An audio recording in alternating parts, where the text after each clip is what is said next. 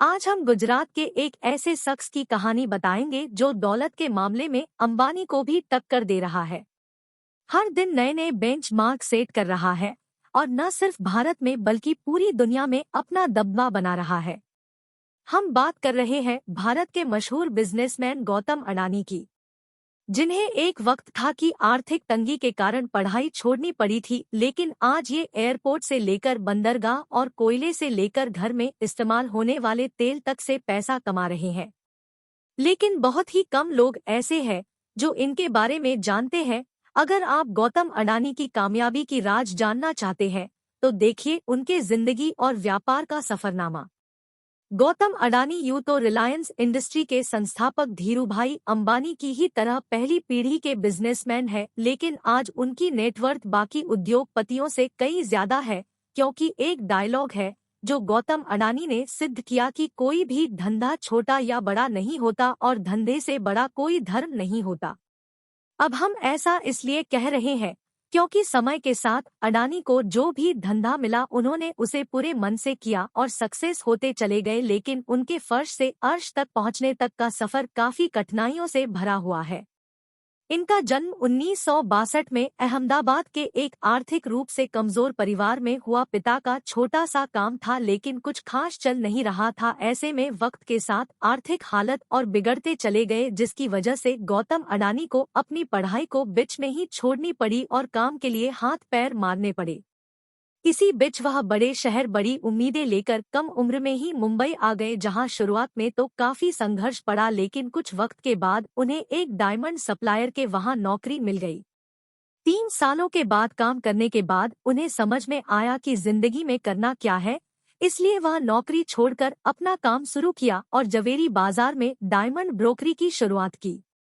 गौतम अडानी को अपनी जिंदगी का राय पता था, यानी वो काम क्यों कर रहे हैं, इसलिए उन्होंने जी तोड़ मेहनत की और कम उम्र में ही धंधा दौड़ा दिया। लेकिन उनकी किस्मत चमकी 1981 से, जब उनके बड़े भाई ने उन्हें अहमदाबाद बुलाया।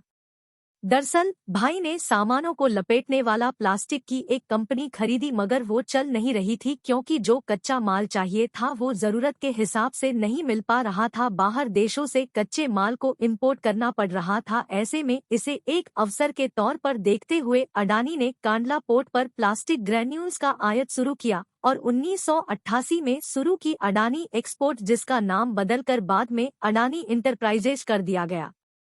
इसमें धातु, एग्रीकल्चर प्रोडक्ट और कपड़े की कमोडिटी ट्रेडिंग होती थी। काम चल पड़ा तो कुछ ही साल में ये कंपनी और अडानी इस बिजनेस से बड़ा नाम बन गया और फिर 1994 में अडानी इंटरप्राइजेज को शेयर बाजार में लिस्ट कर दिया गया।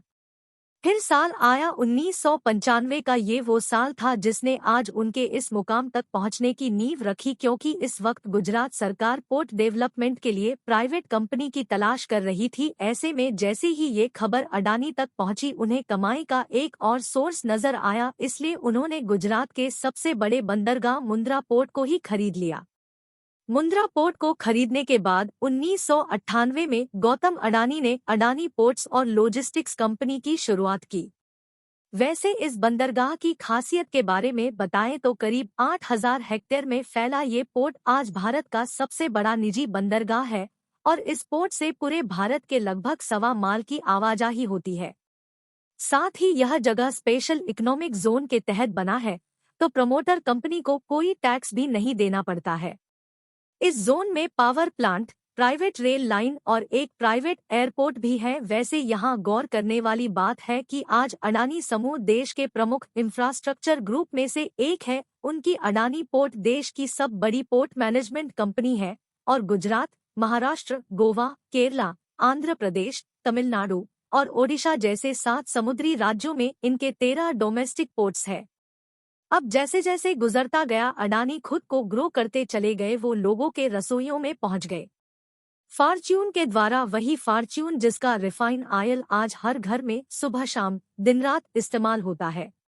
जनवरी 1999 में अडानी ग्रुप ने विल्मार बिजनेस ग्रुप के साथ हाथ मिलाकर खाने के तेल के बिजनेस में कदम रखा था।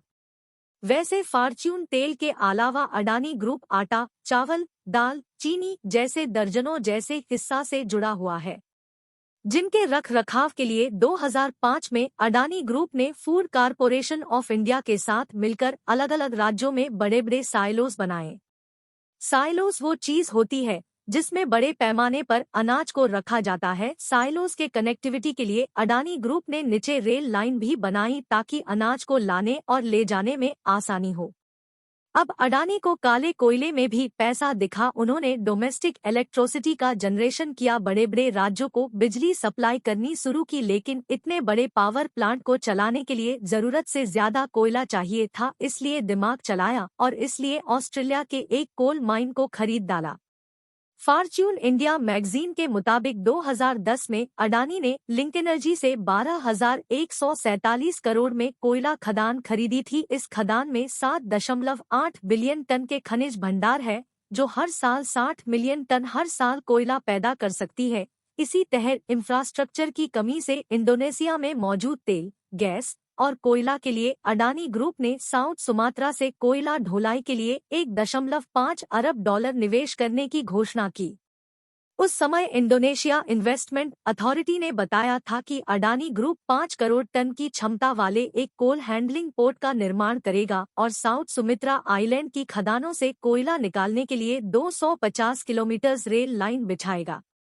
इसी तरह अडानी अपना कारोबार फैलाते गए और पैसा अकाउंट में आता चला गया। जिस अडानी साम्राज्य का कारोबार 2002 में $76.5 करोड़ था, वो 2014 तक आते आते $10 अरब हो गया। साथ ही वक्त की जरूरत को देखते हुए अडानी ग्रुप ने नेचुरल गैस के क्षेत्र में भी बिजनेस को बढ़ाया और 2017 में सोलर पीवी पैनल बनाना शुरू किए।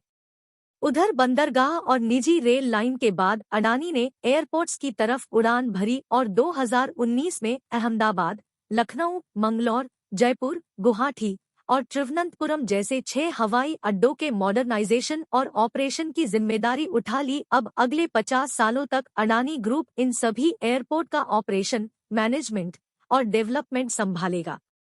वहीं मुंबई इंटरनेशनल एयरपोर्ट लिमिटेड में भी अडानी ग्रुप के पास 74% की हिस्सेदारी है और ये बताने की जरूरत नहीं है कि भारत में मुंबई एयरपोर्ट दिल्ली के बाद देश का सबसे बड़ा एयरपोर्ट है। वैसे जिस तरह सुंदर आकार लेने से पहले सोने को खूब तपाया जाता है, ठीक उसी तरह गौतम अडानी को भी जीवन में कई तरह का ताप झेलना पड़ा। उनका सामना कई तरह के विवादों से हुआ, लेकिन उन्होंने सबसे पार पाया और एक सबसे अलग मुकाम हासिल किया, जिसका नतीजा है कि आज गौतम अडानी का कारोबार पूरी दुनिया में फैला हुआ है। उम्मीद है गौतम अडानी की यह सक्सेस स्टोरी आपको जरूर पसंद आई होगी। यह कहानी आपको कैसी लगी कमेंट करके बताइए। अच्छी लगी हो तो लाइक कर दीजिए और चैनल को सब्सक्राइब कर लीजिए।